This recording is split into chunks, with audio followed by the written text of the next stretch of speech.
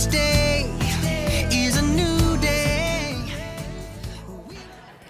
Now, I'm not very good at public speaking, and especially in a situation where I'm going to tell you about so much pain that has happened in my life.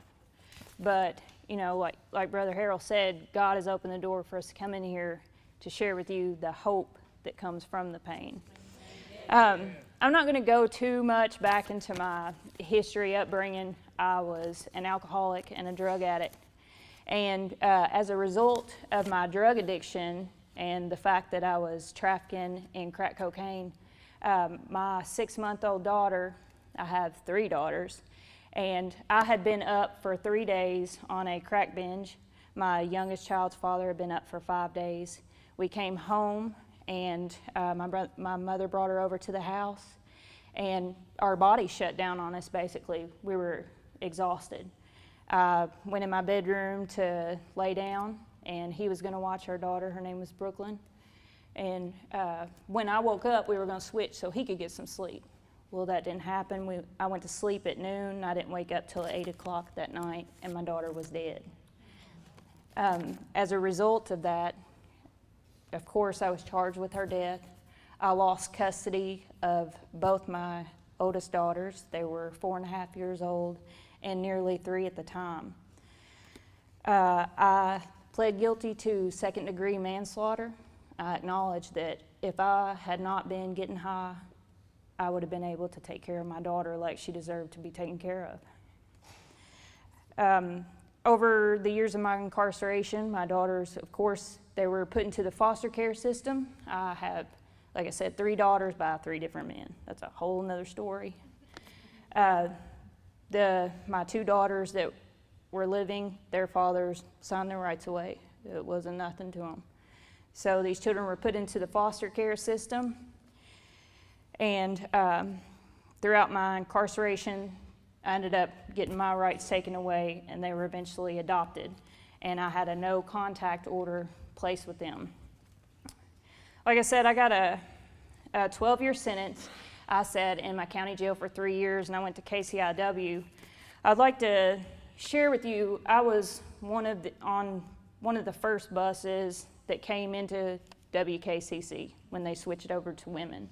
It was like a ghost town here. The officers outnumbered the inmates. It was really weird. But the difference in the 2 facilities, when we came in here and we got off the bus and they took us over into the visitation area, and Brother Harold came in and he had us fill out papers about our spiritual life, where it was. He shared God with us, told us about the Rubies program, and the atmosphere here, and feeling like the correctional officers believe in change in us, and they believe in the saving grace that is in Jesus. That it was a very wonderful transition. As a result of my no contact order, every time that a Rubies program came available, I signed up, I went down, I got my books and everything. I wrote all the letters like I did. I never was able to see my children, speak to them, hear their voice. I didn't know nothing about them, but I wrote them all the time, like you're supposed to. But because there is a limited number of people that can be in the Rubies program, I felt like if I stayed in there, I was taking the seat of one of you that would be able to participate in this Celebrate Life Day, and I couldn't. So I did so from my dorm. And I'm not going to sit here and tell you that I made all the best decisions when I was in here, because I did not. I brought tobacco into the facility at one point, and I found myself over in segregation when I was on a highway detail crew. And that's one of the things that I pay the consequence for. And people still believed in me. Deputy warden, after I got out of segregation, got me back out to the MSU compound, and I was his teacher's aide in the CTEC class. I stayed focused the whole time I was in here. I got in the Word for myself. I went to all the church services, educational programs. I ended up serving out my 12-year sentence in 6 years. I did 6 years flat. When I was released from prison February 1st, 2012, Within 2 days of me being released, my daughter called me.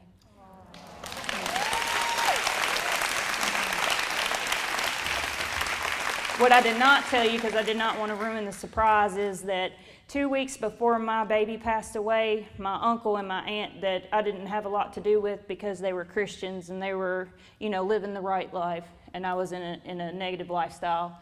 They had been taking classes to become foster parents, and they had just gotten certified. When they took my children from me, they put my children in my aunt and uncle's home. Yeah.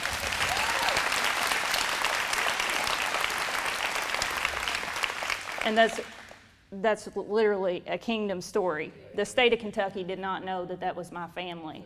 So they still had to adhere to the court orders and everything, and they're Christian people and they love my children, and if it was up to me whether or not I was going to see these kids when I got out, depending on what I was going to do. When I got home, social media came about while I was incarcerated. So when I got home, there's Facebook. While I was incarcerated, the entire time I would pray that, God would put the man that He wanted in my life. I asked the Lord, I said, I just want a man in my life that will pray for me, will get on his knees and just pray for me. And I feel like if I have a man that's going to do that for me, everything else is going to be okay. I got, through Facebook, I got in touch with this man by the name of Tim Lewis, and we ended up talking, and then come to find out he is Emmy Lou's brother. I am her sister-in-law now.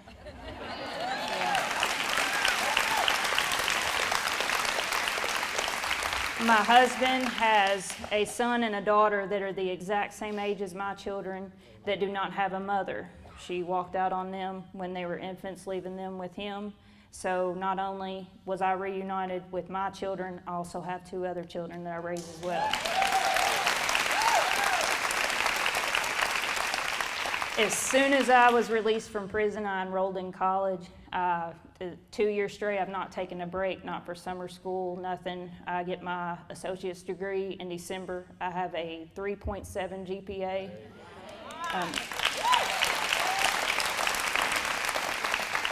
I am transferring to a university. I'm not sure which one yet. I'm taking my real estate licensing exam in December as well. When I first came home, I was searching for a church home. Of course, my children, like I said, they were raised in church through my aunt and uncle. And so as I was searching, I knew that I wanted to go out to this church, but I did not want to go to this church unless it's where God wanted me to, and want to go there just because my daughters went there and disrupt them. But He made it very clear to me one night when I was sitting in that church that was my home. And I have never been loved on and more appreciated than my church family is to me. Within 6 months, I was asked to be a youth leader at my church. Yeah. This past summer, I was asked to be the director of Vacation Bible School. We had over 80 kids there for 5 days straight.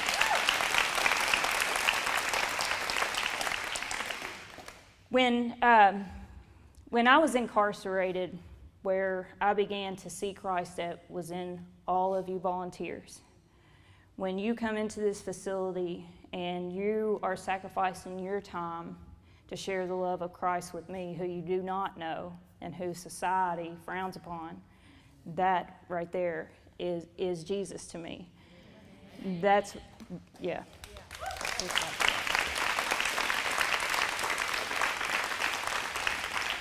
And you sow seeds into everybody's life that you come into contact with in here, and that is the reason that I'm standing here right now. God opened the door. I don't even know how. That's just a kingdom thing. God knows the desires of your heart. I had a desire to come back and to share with women one day, where I had been, and to tell you, all of you, I heard so many stories when I came in here that you have not had contact with your kids. I'm telling you what, just believe it. It will happen. It will come to pass. Claim it over your life.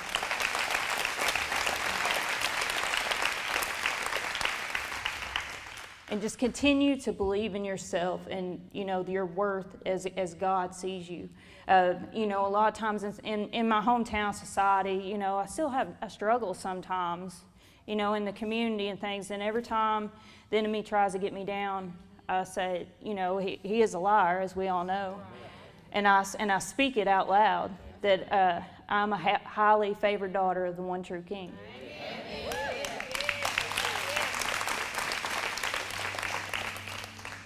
The cycle is literally broken in my children's life. They are in my youth classes. They are going to the soup kitchen in our community tomorrow to serve the homeless. They are not going to be in a facility like this. They are not going to be alcoholics or addicts. That's what this program teaches you, is how to break the cycle of crime in the lives of your children. And you can do that by sharing Jesus with them. So please believe in that. Write your kids the letters. It doesn't matter how long you go without seeing them or hearing from them. Just believe that God is a restorer, and you are as worthy as I am. Thank you.